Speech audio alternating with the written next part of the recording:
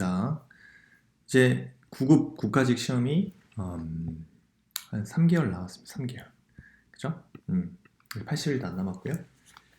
좀 주말이지만 주말 같지 않은 시간을 보내실 수 있겠죠. 저 이번에 뭐 준비 제대로 하신 분들은 많이 뽑는다고 하니까요. 일반 행정관직 같은 경우는 많이 뽑는다고 하니까 기회일 수 있습니다. 그래서 열심히 하신 분들은 자신감을 가지시면은 올해는 붙을 확률이 높을 것 같다라는 게 그죠? 뭐 어느 정도 공부가 되신 분들에 한해서 물론 뭐 공부 안 돼 있으면 쉽지 않죠. 그렇다고 해서 근데 포기할 건 아니죠. 왜냐? 어차피 그 시험장에서 맞추기만 하면 됩니다. 객관식입니다. 그래서 이제는 전적으로 문제풀이 중심의 그 학습을 하셔야 됩니다. 많이 풀어보세요. 그래서 지금 쇼토디가 40문제로 문제수를 제한을 두고 있지만 이 안에 있는 문제수는 어마어마하죠. 네. 네. 그래서 기출문제 중심으로 들어가 있고 또 유사직역 기출문제도 많이 풀어보세요. 쇼토디를 통해서. 그러면은 자기의 어떤 약점들이 보이죠. 그런 약점들을 보완해가는 방식으로 공부하시면 좋겠습니다. 자, 행정법이고요. 9급. 자, 행정법입니다. 자, 1번 행정입법에 대한 설명으로 옳지 않은 것은 자, 1번 자치법적 사항을 규정한 조례에 대한 법률의 위임은 법규 명령에 대한 법률의 위임과 같이 반드시 구체적으로 범위를 정해야 할 필요가 없으며 포괄적인 것으로 족하다. 네, 이거는 맞죠. 헌법재판소 재판 판결 내용이죠. 그 담배 자동 판매기 설치 제한 및 철거에 관한 조례죠. 조례에서 그 조례에 대한 법률의 위임이 법규 명령에 대한 법률의 위임과 같이 반드시 구체적으로 범위를 정해야 할 필요가 없으며 포괄적인 것으로 족하다라고 판시한 바 있습니다. 1번 맞고요. 2번 행정입법 부작위에 대해서는 당사자의 신청이 있는 경우에 하나야 부작위 위법 확인 소송의 대상이 된다. 행정입법 부작위에 대해서는 당사자 신청이 있는 경우에 하나여만 부작위 위법 확인 소송의 대상이 됩니까? 자, 2번이 틀린 지문이죠. 틀렸습니다. 그래서 보건복지부 장관에게는 헌법상 행정입법의 자기 의무가 있다라고 판시한 바 있죠. 그래서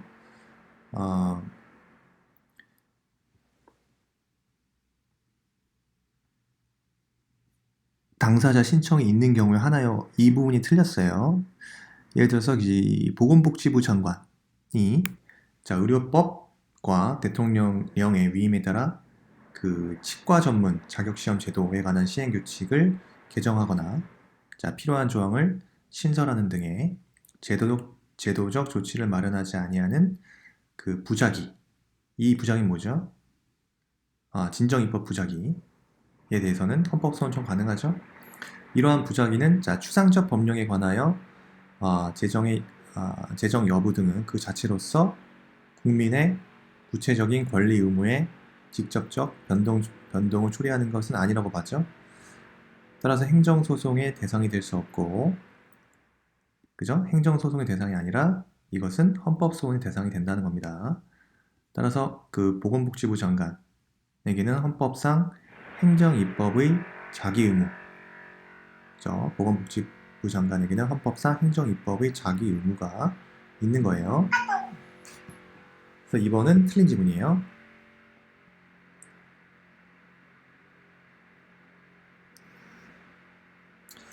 자, 3번이에요. 다양한 사실관계를 규율하거나 사실관계가 수시로 변화될 것이 예상되는 분야에서는 다른 분야에 비하여 상대적으로 위임 입법의 명확성, 구체성이 완화된다. 네, 맞죠? 3번 질문. 자, 위임 입법에 있어서 그 위임의 구체성, 명확성 요구 정도는 규제 대상의 종류와 성격에 따라서 달라진다는 거죠. 따라서 그 급부 행정 영역에서 기본권 침해 영역보다는 구체성 요구가 다소 약화되어도 무방하다고 해석이 되는 거죠.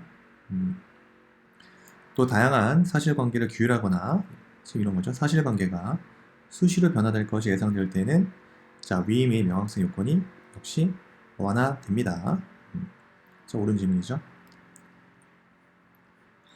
자, 4번이요. 법률의 시행령이 형사처벌에 관한 사항을 규정하면서 법률의 명시적 위임 범위를 벗어나 처벌의 대상을 확장하는 것은 죄형법정주의 원칙에 어긋나는 것이므로 그러한 시행령은 위임 입법 한계를 벗어나는 것으로 무효이다. 맞죠? 옳은 지문입니다. 이게 청포도공화학류 그 관한 단속법 시행령 3조죠. 에서 그 위임 입법 한계를 벗어나고 죄형법정주의 원칙에 위배되어 무효라는 거 판시한 바 있죠. 맞습니다. 그래서 전원합의체 판결이었으니까 중요하죠. 그래서 어쨌든 정답 2번이에요. 그 기억하셔야 됩니다. 그래서 보건복지부 장관 그 의료법 그과 대통령령의 위임에 따라 그 치과 전문 자격시험 제도에 관한 시행규칙 개정에 대한 그 보건복지부 장관에게 헌법상 행정입법의 자기 의무가 있다라는 거. 2번 정답이고요. 이행강제금에 대한 설명으로 옳지 않은 거. 자, 이행강제금은 핵심이 뭐예요? 자, 과거의 의무 불이행에 대한 제재의 기능을 지니고 있고요. 이 부분도 틀렸죠? 이행강제금은 자, 뭡니까? 그 시정명령 불이행이라는 과거 위반 행위에 대한 제재라고 보지 않죠? 이행강제금은 그렇지 않습니다. 의무자에게 시정명령을 받은 의무의 이행을 명하고 그 이행기간 안에 의무 이행을 하지 않으면 이행강제금을 부과한다는 사실을 고지함으로써 뭐 하는 거죠? 이 의무자에게 그 심리적인 압박을 주는 거잖아요. 심리적인 압박을 줌으로써 의무의 이행을 간접적으로 강제하는 행정상의 간접 강제의 수단이죠. 이행강제금. 그래서 이 부분 첫 번째 줄 틀린 거예요. 과거의 의무 불이행에 대한 제재 기능을 지니고 있다? 틀렸습니다.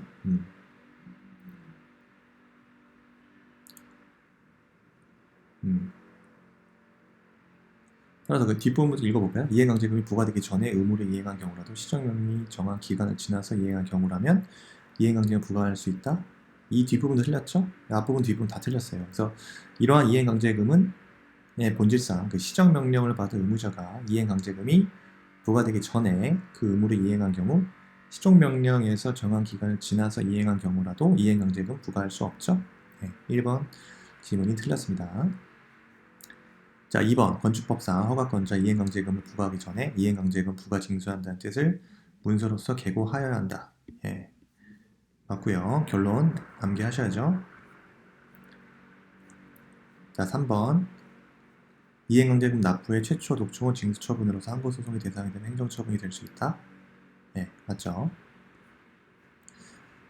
이행강제금 납부의 최초 독촉은 징수처분으로서 항고소송의 대상이 됩니다. 4번 부작위 의무나 비대체적 자기 의무 뿐만 아니라 대체적 자기 의무 위반에 대하여도 이행강제금 부과할 수 있다. 대체적 자기 의무 위반에 대하여도 이행강제금 부과할 수 있습니다. 네. 그래서 이행강제금은 부작위 의무나 비대체적 자기 의무에 대한 강제 집행 수단으로 이해되어 왔지만 이는 이행강제금 제도의 본질에서 오는 제약이 아니라는 거죠. 그래서 이행강제금은 자, 대체적 자기 의무 위반에 대하여도 이행강제금 부과할 수 있다는 것이 자, 판례 입장입니다. 현재 입장. 자, 2번 문제. 그래서 정답 1번이고요. 자, 3번 행정벌. 행정벌. 옳지 않은 것은 자, 과실범 처벌한다는 명문의 규정이 없더라도요. 행정형벌법규 해석에 의하여 과실행위도 처벌한다는 뜻이 도출되는 경우 과실범 처벌될 수 있나? 1번 맞죠? 네, 이건 원문 그대로 과실행위도 처벌하는 뜻이 도출되는 경우 과실범 처벌할 수 있겠죠? 해석상 과실행위도 처벌된다는 뜻이 도출되는 경우 과실범 처벌 가능합니다. 자, 행정벌. 2번 통고처분에 대한 따른 범칙금을 납부한 후에 동일한 사건에 대하여 다시 형사처벌하는 것이 일사부재리 원칙에 반하는 것은 아닌가요? 반하는 것이 아니다. 이거는 뭡니까? 확정 판결 동일한 효과죠. 통고처분을 받은 자가 법정 기간 내에 통고된 내용에 따라 이행한 경우 이때는 뭐예요? 과벌 절차가 종료되는 거죠. 네. 일사부지리 원칙의 적용을 받아 동일 사건에 대하여 다시 형사소출을 받지 않는다는 것이 확정 판결의 동일한 효과입니다. 그래서 2번 틀린 지문이에요. 과태료는 행정질서벌에 해당할 뿐 형벌이라고 할 수 없어서 죄형법정주의 규율 대상에 해당되지 않고요.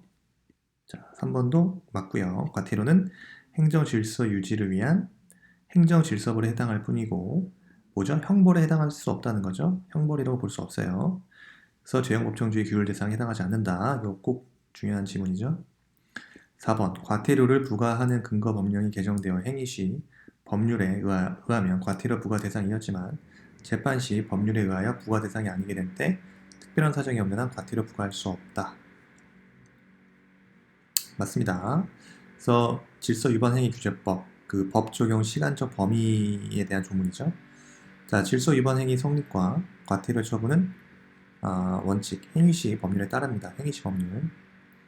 그래서 질서 위반 행위 후, 그 다음에 법률이 변경되어 그 행위가 질서 위반 행위에 해당하지 아니하게 되거나 과태료가 변경되기 전의 법률보다 가볍게 된 때 법률에 특별한 규정이 없는 한 변경된 법률, 그죠? 변경된 법률을 적용하기 때문에요.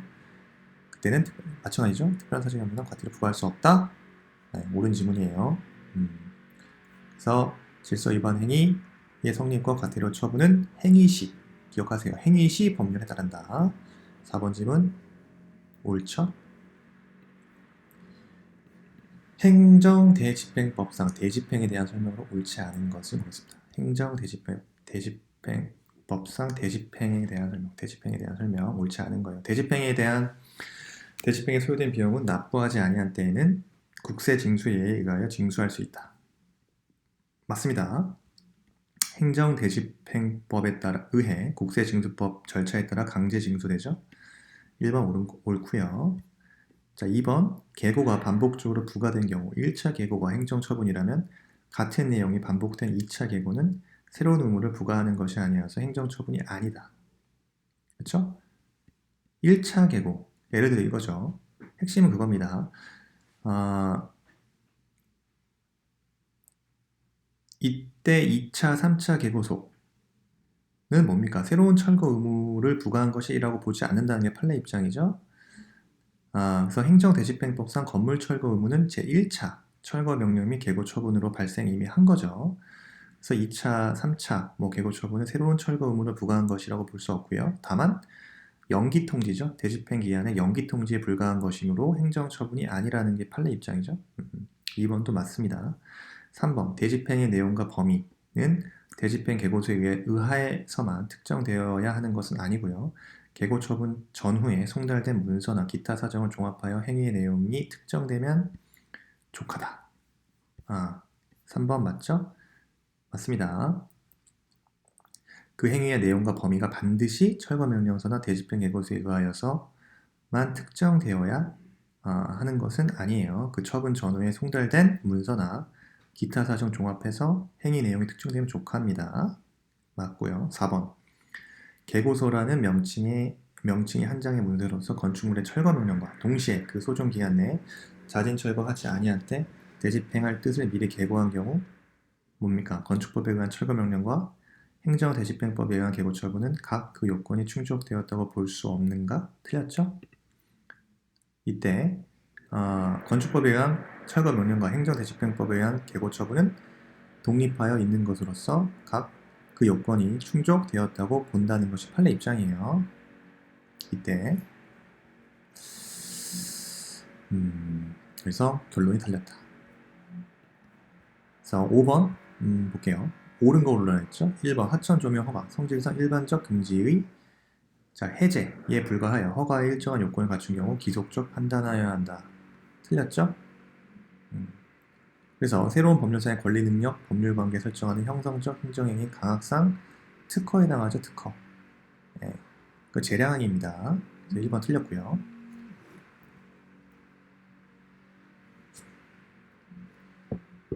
자, 2번. 자, 제소기간이 도과한 경우 처분청이라도 점용허가 취소할 수 없다? 네, 취소 가능해요. 왜? 제소기간 경과하여 불가증력 발생한 경우에도 처분의 하자가 치유된 것이라고 볼 수 없죠? 그렇습니다. 3번 하천 조명 허가의 조건이 부관이 부과된 경우 해당 부관에 대한 독립적 소를 제기할 수 없다? 네, 3번이 정답이죠. 부관 그 자체만을 독립된 쟁송의 대상으로 할 수 없는 것이 원칙이지만 행정행위 부관 중에서도 부담의 경우에는 다른 부관과는 달리 부담 그 자체로서 행정쟁송 대상이 될 수 있습니다. 따라서 3번 정답이에요. 하천 조명 허가의 조건인 부관이 부과된 경우 해당 부관에 대해서 독립적 소 제기할 수 없다? 맞아요. 4번 저명 허가 취소 처분을 취소하는 확정 판결의 기속력은 판결의 주문에 미치는 것으로 그 전제가 되는 처분 등의 구체적 위법 사유에 관한 이유 중 판단에 대한 인정되지 않는다? 틀렸죠? 취소 판결의 기속력은 확정 판결 주문뿐만 아니라 판결 이후에도 기속력 미칩니다.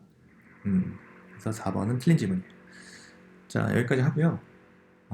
여러분들이 계속해서 쇼터를 통해서 문제 계속 풀어나가세요. 틀린 문제는 오답 문제 또 자동 저장되기 때문에 여러분들 하루 이제 복습할 때 그 오답 문제는 꼭 다시 한번 푸시고 정리하셔야 됩니다. 자, 시험 얼마 안 남았습니다. 시험 날까지 최선을 다하시길 바랍니다. 그러면 주말 잘 보내세요. 감사합니다.